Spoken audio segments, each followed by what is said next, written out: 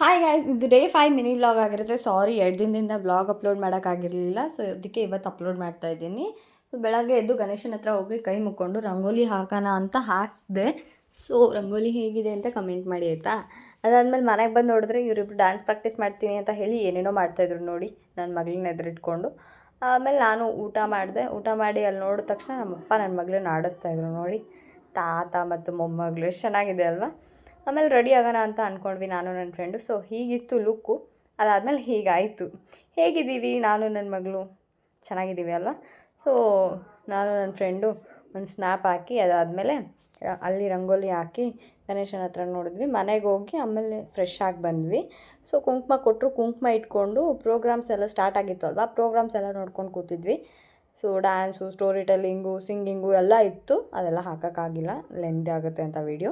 So ಇದಾಗಿತ್ತು ಇವತ್ತಿನ vlog. ಇಷ್ಟ ಆಗಿದ್ರೆ ಲೈಕ್, ಫಾಲೋ, ಕಮೆಂಟ್, ಸಬ್ಸ್ಕ್ರೈಬ್ ಮಾಡ್ಕೊಳ್ಳಿ. Thank you for watching. Love you all.